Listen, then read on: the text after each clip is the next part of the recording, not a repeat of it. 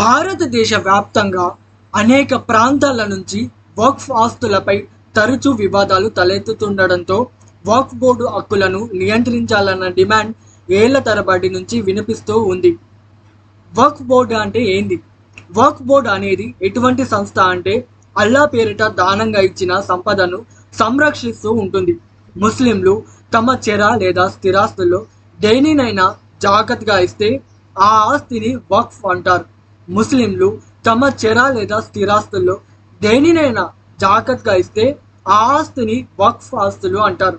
ముస్లిం సమాజం యొక్క ఆస్తులు మరియు మత స్థలాల నిర్వహణ మరియు నియంత్రణ కోసం వక్ఫ్ చట్టం రూపొందించబడింది. 1954లో జవహర్ లాల్ నెహ్రూ ప్రభుత్వం వక్ఫ్ చట్టాన్ని రూపొందించింది. అపరిమిత అధికారాలను కట్టబెట్టారు. 1995లో పివి నరసింహారావు నేతృత్వంలోని కాంగ్రెస్ ప్రభుత్వం తొలిసారిగా వక్ఫ్ చట్టంలో మార్పులు చేసింది. దీంతో వక్ఫ్ బోర్డులకు మరిన్ని అధికారాలు లభించాయి. 2013లో కాంగ్రెస్ ప్రభుత్వం చట్టాన్ని మరింతగా సవరించింది మరియు చట్టపరమైన సవాలు లేకుండా ఆస్తిని సంపాదించడానికి వక్ఫ్ బోర్డులకు విస్తృత హక్కులను కాంగ్రెస్ ప్రభుత్వం కల్పించింది. మీకు తెలుసా, 2014లో కాంగ్రెస్ ప్రభుత్వం ఇదే చట్టాన్ని అడ్డుపెట్టుకొని ఢిల్లీలోని ప్రధాన ప్రాంతాల్లో విస్తరించి ఉన్న 123 ఆస్తులను ఢిల్లీ వక్ఫ్ బోర్డుకు అప్పగించింది. ఈ పరిణామం కారణంగా హిందువులు తమ భూములను కోల్పోయారు. ప్రస్తుతం బోర్డుకు ఏదైనా ఆస్తిని వక్ఫ్ ఆస్తిగా ప్రకటించే అధికారం ఉంది. వక్ఫ్ చట్టం 1995లోని ఆర్టికల్ 40 ఏం చెబుతుందంటే, సదరు భూమి ఎవరిది అనే విషయాన్ని వక్ఫ్ సర్వేయర్, వక్ఫ్ బోర్డు నిర్ణయిస్తాయి. ఒకవేళ మీ ఆస్తిని వక్ఫ్ ఆస్తిగా ప్రకటిస్తే మీరు దానికి వ్యతిరేకంగా కోర్టుకు వెళ్ళలేరు. మీరు వక్ఫ్ బోర్డుకు మాత్రమే అపీల్ చేయాల్సి ఉంటుంది. వక్ఫ్ బోర్డు నిర్ణయం మీకు వ్యతిరేకంగా వచ్చినప్పటికీ మీరు కోర్టుకు వెళ్ళలేరు. అయితే మీరు వక్ఫ్ ట్రైబ్యునల్కు వెళ్ళవచ్చు. ఈ ట్రైబ్యునల్లో పరిపాలనపరమైన అధికారాలు ఉంటారు. ఇందులో ముస్లిమేతరులు కూడా ఉండవచ్చు. వక్ఫ్ చట్టంలోని సెక్షన్ 85 ప్రకారం ట్రైబ్యునల్ నిర్ణయాన్ని హైకోర్టు లేదా సుప్రీంకోర్టులో కూడా సవాలు చేయడానికి వీలు లేదు. నేడు భారతదేశంలో చాలా వక్ఫ్ బోర్డులు ఎలా ఉన్నాయంటే, అవి ఇప్పటి వరకు హిందూ దేవాలయాల ఆస్తులను మరియు భూములను దుర్వినియోగం చేశాయి.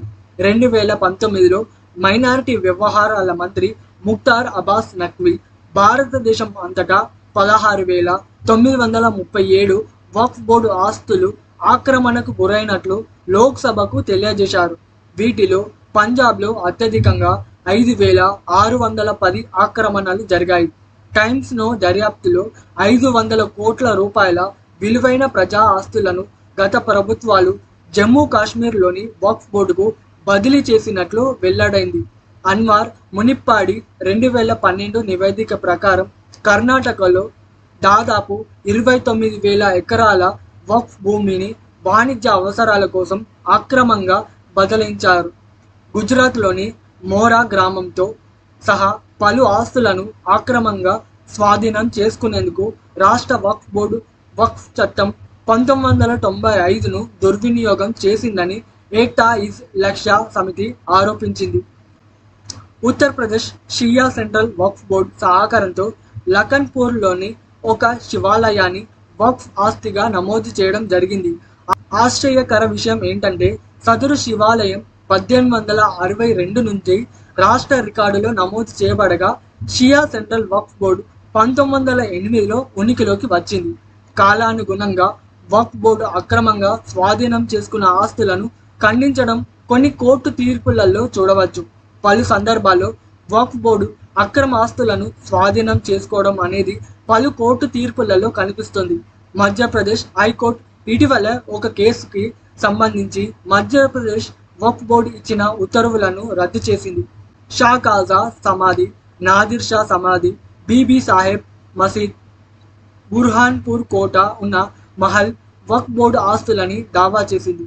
అహ్మదియా, గోరా, ఆగాఖాన్ వర్గాలకు చెందిన ముస్లింలు వక్ఫ్ బోర్డు ఇష్టారాజ్యంగా ఆస్తులు లాక్కుంటున్నాయని అనేక ఆరోపణలు చేశారు.